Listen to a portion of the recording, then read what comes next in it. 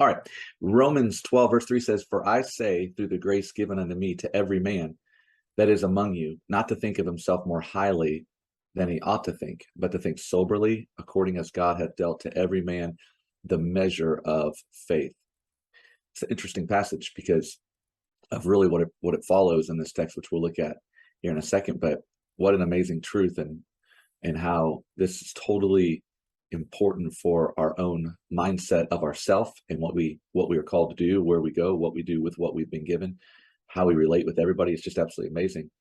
But I've come to really enjoy Psalm 39:5, which says, "Behold, thou hast made my days as an handbreadth, and mine age is as nothing before thee.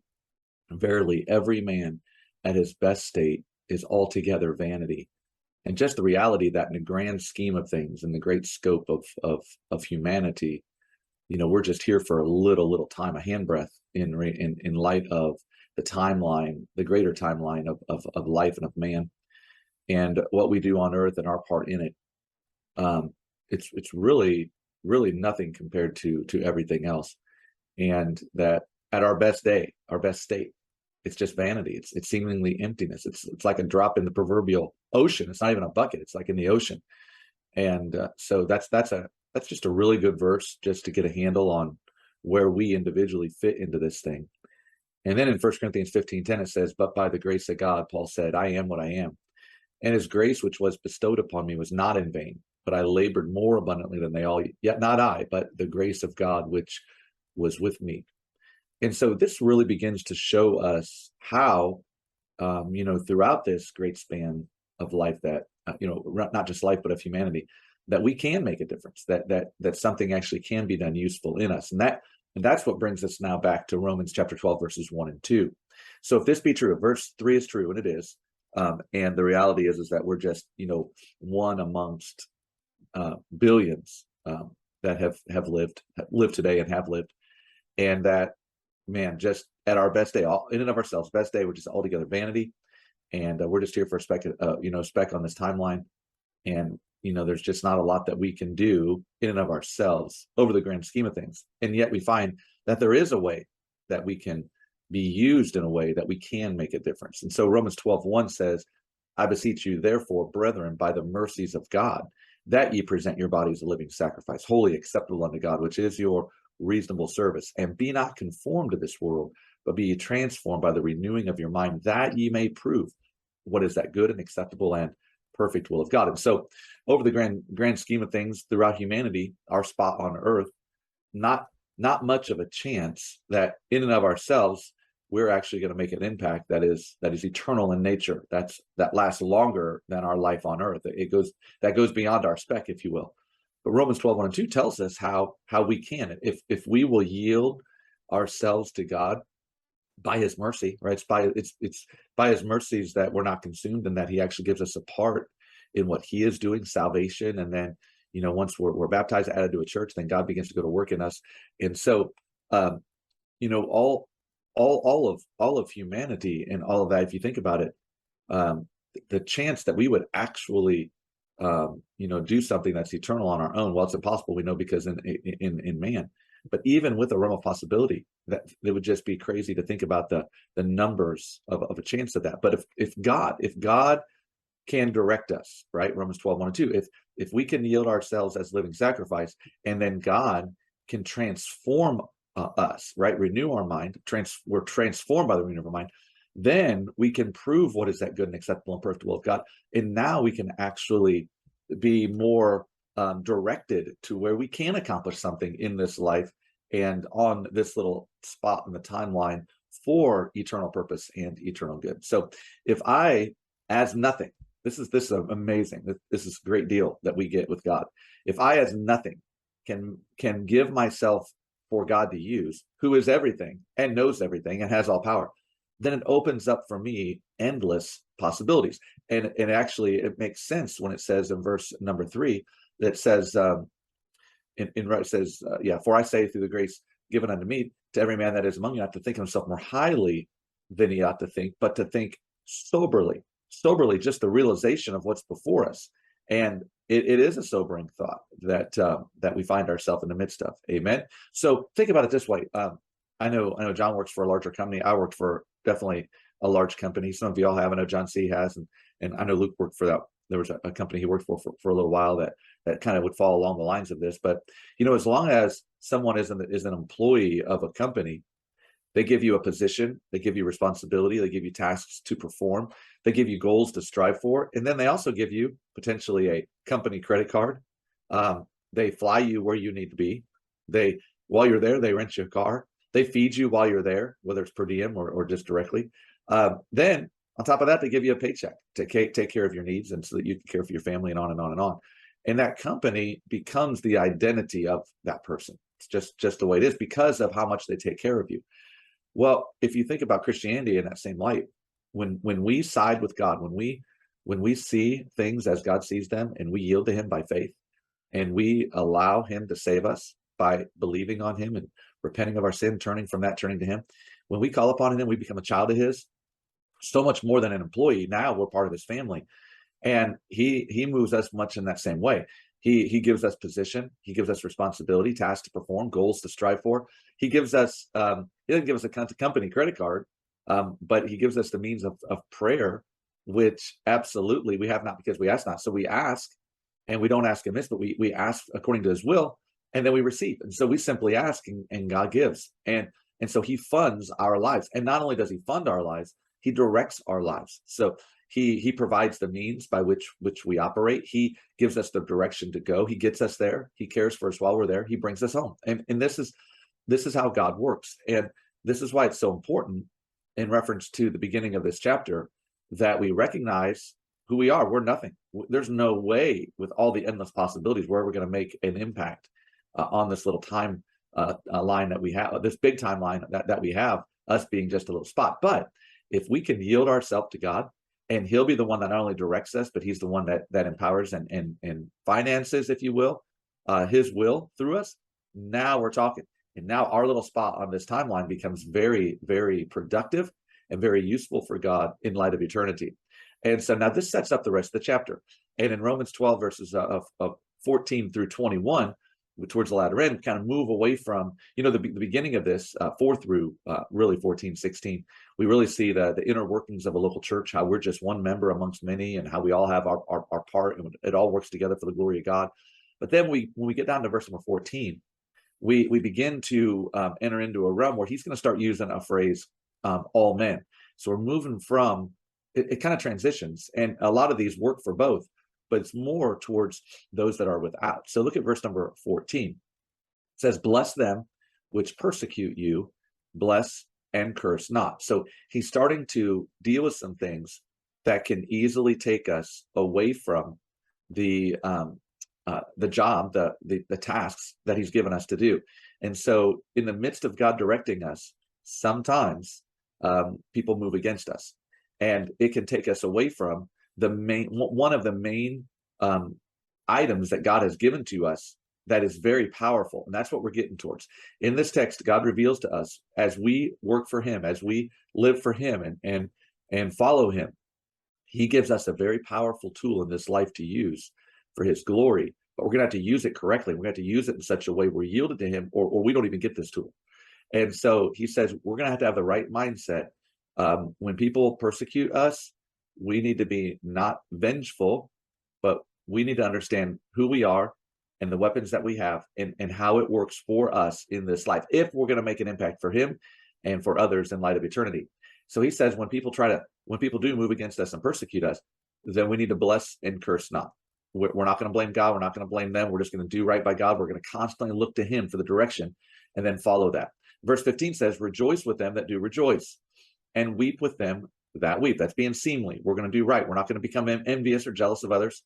And we're going to maintain a right attitude towards people, to where we are sensitive towards them, and so that we can actually weep with people when they're in a hard time. We can actually enter into that with them. Verse 16 says, be of the same mind one toward another. And again, I think this kind of is likened unto 1 Corinthians, where Paul said that he became all things to all men. So that's to minister. But then also, we're not on an island all by ourselves. We're trying to get each of us to have this same mind. And so we want to be of this same mind, where we're not reaching out, being vengeful and all that, so that we can rejoice with those that rejoice, weep with those that weep. but we want to actually have a relationship with people. And it's not just one having this mindset, it takes all having this mindset. So be of the same mind one toward another. And again, not being playing favorites to where you have a certain set of people you like better and all that. No, one toward another, all of us working together. It says, mind not high things, but condescend to men of low estate. Be not wise in your own conceits. And so we're seeing this transition here. A lot of this works for the local church, but then it's going to kind of move out to the realm of all men and how we need to be viewed and seen by all men. He says, so basically, be not wise in your own conceits. If we find ourselves that way, then others aren't going to embrace us because we become cocky in their mind, we become arrogant, we're a know-it-all, and that doesn't work. That really doesn't work inside a local church nor outside. Verse 17, recompense to no man evil for evil. This is where it gets really interesting in this text, because evil is not a tool that God has given for us to use for his glory. We're not called to be evil. We're not called to use the bad things, if you will, the things that miss the mark of God. So it says, recompense to no man evil for evil. So when others do wrong, we don't respond in like kind. It says, provide things honest in the sight of all men. So we're not going to get all upset because someone did us wrong. We're going to bless those that persecute us, right? And then it says, provide honest things that are right, upright, in the sight of all men, as people look on. Verse 18, if it be possible, as much as lieth in you. This shows how hard this is. Live peaceably with all men. Man, we live in a day that things are crazy, and we just need to figure it out by God's help, how to live peaceably with all men. Not condoning, but being honest about things, being honest and being peaceable. And then it says, dearly beloved, avenge not yourselves, but rather give place unto wrath, for it is written, vengeance is mine, I will repay, saith the Lord. So we don't bother ourselves with vengeance, revenge, returning evil for evil. We don't get focused on that. We just turn away from it, and we just keep on doing right, doing good. And this becomes a tool of ours. This ability by God, this supernatural ability to do right, to do good as God sees it, as God directs, no matter what comes our way. This is a powerful, powerful tool for us to use in this little spot of time that we have here on earth. He says in verse number 20, therefore, if thine enemy hunger, feed him. See, this opens us up. See, we don't have to be the ones that make people pay. We don't have to be the ones that get back at people. We don't have to be the ones that hold people to account. No, we yield that to God. God takes care of that, so we can stay on task for what he has for us to accomplish, as we are his. And it says, if they hunger, feed them. If he thirst, give him drink. For in so doing, thou shalt heap coals of fire on his head. And we know, of course, that's coals of fire of conviction, because of the tool of doing right and good and being honest in those times where most are not. And this is the kicker here, verse number 21. Be not overcome of evil, but overcome evil with good. Overcome here means to conquer.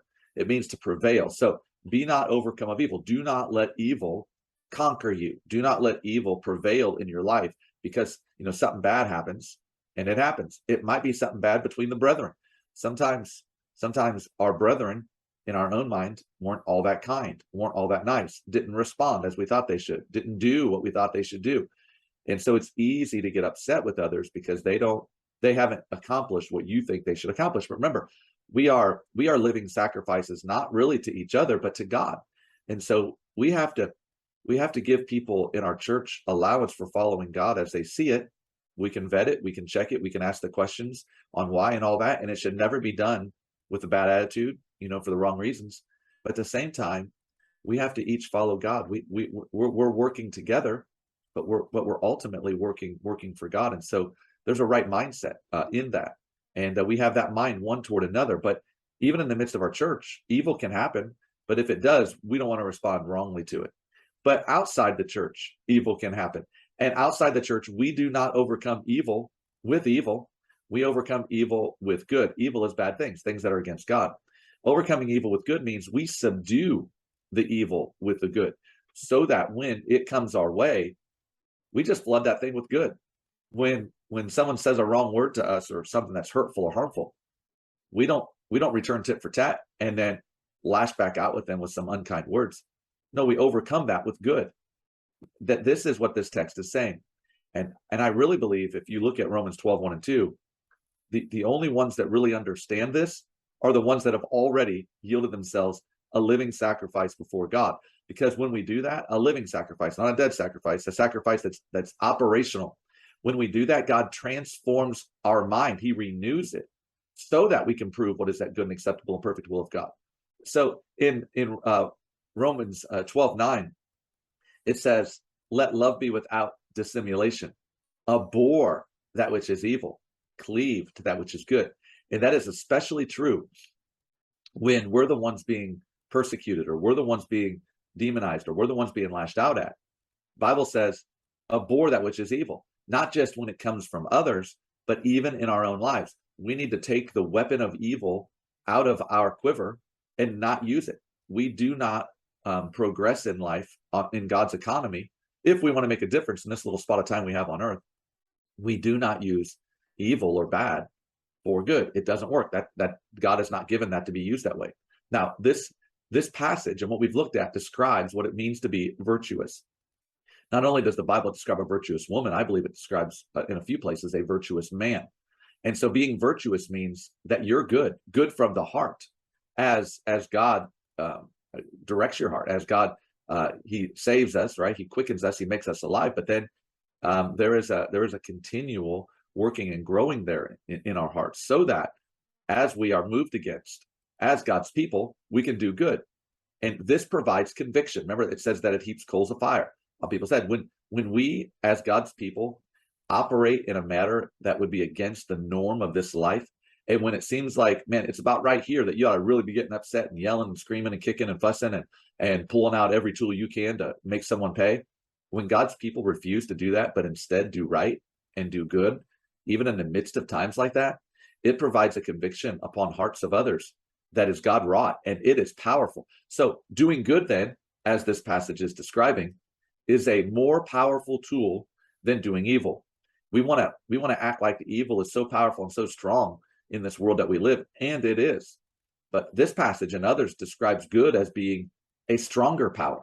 And we need to understand that and tap into that. And lastly, in 2 Corinthians chapter 10, in verse 4, it tells us this: for the weapons of our warfare are not carnal, but mighty through God to the pulling down of strongholds. And it says, casting down imaginations and every high thing that exalteth itself against the knowledge of God.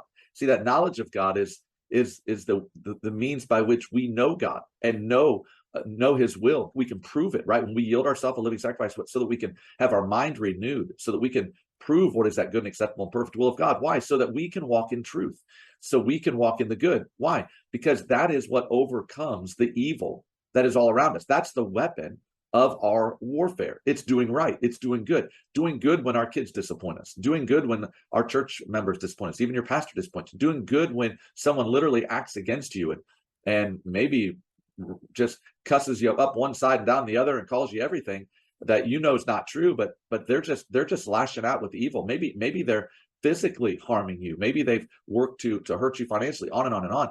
We don't meet that with evil. We overcome it with good. But the only way we can know how to do this is by yielding to God and letting God have his way. Remember, in verse 3, we started out, we realized that we're nothing. Our best state, we're altogether vanity. And so we don't have anything to lose here. And so we yield to God and we trust God in this process. And so we work to bring into captivity every thought to the obedience of Christ, because we know these thoughts move to actions, good actions. And good is more powerful than evil. Good is what subdues the evil around us. It is by these good things wrought by God that we can actually make a difference and push back the evil that is all around us. So strive to know and embody the goodness of God, because it is one of our choice weapons that God has given to us. As we yield to him, he'll bless us with this weapon, the ability to do good and do right as God leads, in the midst of a crooked and perverse generation that acts out against sometimes people like us. So doing good, it's amazing. And it's even neat to think about even Ephesians chapter 2, verse number 10, that we are his workmanship, created in Christ Jesus unto good works, which God hath before ordained that we should walk in them. Why? It's powerful. That's what's going to make a difference. That's what provides conviction. And that's what God has given for us to do. So as we yield to him, he'll renew our mind and enable us to live this way so that our little speck on the timeline of eternity actually accomplishes something of eternal purpose for the glory of God and the help of others. So